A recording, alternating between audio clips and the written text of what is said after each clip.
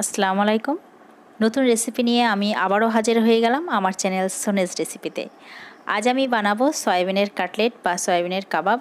এটা খেতে এতটাই অসাধারণ লাগে যে মনেই হবে না যে এটা কোনো ভেজ কাবাব বা ভেজ কাটলেট। খেতে অসাধারণ লাগে আর এটা খুবই হেলদি একটি খাবার। তো চলুন মূল রেসিপিতে ফিরে যাই। তো আমি এই কড়াইয়ে অল্প পানি নিয়ে তারপর এর মধ্যে সামান্য লবণ এবং হলুদ দিলাম। এরপর আমি 1.5 কাপ মতো সয়াবিন নিলাম আর সেই সয়াবিনগুলোকে আমি ঢেলে দিলাম। এটা আমি 10 মিনিট মতো সিদ্ধ করে নেব। তো যতক্ষণ সিদ্ধ হচ্ছে ততক্ষণ আমি কিছু পুদিনা পাতা তুলে নিচ্ছি, কারণ বাড়িতে প্রচুর পরিমাণ পুদিনা পাতা হয়েছে। আর যেহেতু ঘরে আমার ধনে পাতা ছিল না, তাই ভাবলাম পুদিনা পাতাই অ্যাড করব কাবাবে বা এই কাটলেটে। তো আমার সিদ্ধ করা হয়ে গেছে। এরপর এই যে সয়াবিন থেকে এই যে এক্সট্রা যে পানিটা সেটা কিন্তু চিপসে বার করে দিতে হবে। এভাবে চিপে চেপে বার করে নিতে হবে। তো হয়ে গেল। এরপর আমি মিক্সার জারে কিছুটা সয়াবিন দিলাম, সিদ্ধ সয়াবিন। এরপর এটাকে পেস্ট করে নেব। তবে মিহি পেস্ট করা যাবে না, একটু দানা দানা থাকবে।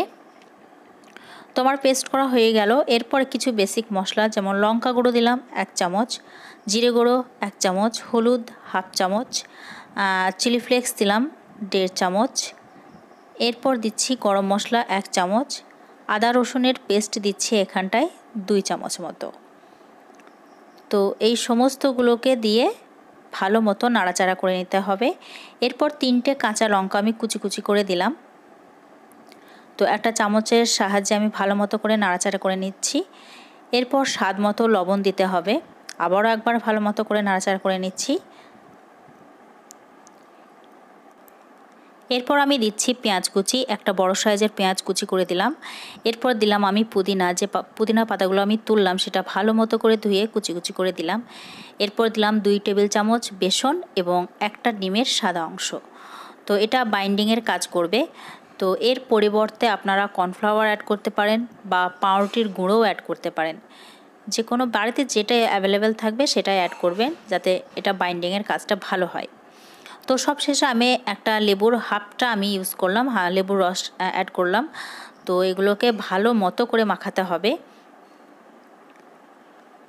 তো কিছুক্ষণ রেখে দেওয়ার পর আমি এটাকে এবার এভাবে করে গোল গোল করে নিচ্ছি। তারপর একটু চ্যাপ্টা করে নিচ্ছি। আপনারা আপনাদের ইচ্ছে মতো করে শেপ দিতে পারেন। তো আমি ঠিক এভাবে করে চ্যাপ্টা চ্যাপ্টা করে শেপ দিয়ে নিচ্ছি। আবার আপনারা শিক কাবাব যেভাবে তৈরি করে লম্বা লম্বা, আপনারা সেভাবেও শেপ দিয়ে নিতে পারেন, যেভাবে আপনাদের ইচ্ছা। তো আমি দুইভাবেই করে দেখাবো। তো এক এক করে আমার সবগুলোই হয়ে গেল। এই যে গোল গোল শেপ করা হয়ে গেল। তো কিছুটা রয়ে গেছে। আমি ঠিক দেখুন এবার যে শিক কাবাব যেভাবে তৈরি করে, আমি একটা স্ট্র নিলাম এবং দেখতেই পাচ্ছেন ভিডিওতে কিভাবে আমি তৈরি করছি। তবে এই ধরনের স্ট্র যদি না থাকে, পেন তো সবার বাড়িতেই থাকে, তো পেন দিয়েও আপনারা ঠিক এভাবে শেপ করে নিতে পারেন। শিক কাবাব যেভাবে তৈরি করে ঠিক সেভাবেই তৈরি করবেন। তো হয়ে গেল আমার 4টে মতো হয়ে গেল, আমার 2টো শেপই তৈরি করা হয়ে গেল। এরপর আমি চুলাতে একটা তাওয়া বসিয়ে দিয়েছি এবং তাওয়াতে অল্প পরিমাণ তেল দিয়ে এগুলোকে ভেজে নেব। তো এইগুলো আপনারা, এই যে কাটলেটগুলো আপনারা চাইলে কিন্তু শ্যালো ফ্রাই বা ডিপ ফ্রাই দুভাবেই করতে পারেন, বা এর থেকেও কম তেলেও ভাজা যায় কিন্তু। তো যখন দেখবেন তলাটা একটু লালচে লালচে ভাব চলে এসেছে, ঠিক তখনই কিন্তু উল্টাতে হবে। তবে চুলার আঁচটা কিন্তু অবশ্যই মিডিয়ামে রাখবেন, হাই আঁচে রাখতে যাবে না। দেখা যাবে যে নিচেরটা অনেকটাই পুড়ে গেছে অথচ ভিতরটা কাঁচা রয়ে গেছে। তো এভাবে করে ঠিক উল্টে পাল্টে যতক্ষণ না একটা মনের মতন কালার আসছে, ঠিক ততক্ষণ ঠিক উল্টে পাল্টে এভাবে করে ভেজে নিতে হবে। তো দেখতে পেলেন এটা কিন্তু খুবই সহজে বানানো যায় আর খেতে কিন্তু অসাধারণ লাগে, খুবই সুস্বাদু এবং হেলদি একটি খাবার। তাছাড়া অতিথি আপ্যায়নেও কিন্তু এই খাবার একদমই জমে যাবে। হঠাৎ করে যদি কোনো অতিথি আসে তো এটা কিন্তু খুব তাড়াতাড়ি রেডি করে আপনারা পরিবেশন করাতে পারেন। তো আমার হয়ে গেল প্রথম ব্যাচ। এবার সেকেন্ড ব্যাচ আমি একইভাবে ভেজে নিচ্ছি।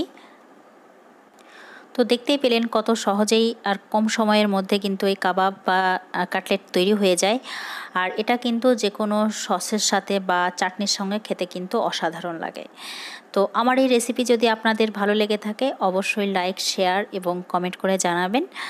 তো আজ এই পর্যন্তই। সবাই ভালো থাকবেন, সুস্থ থাকবেন। আল্লাহ হাফিজ।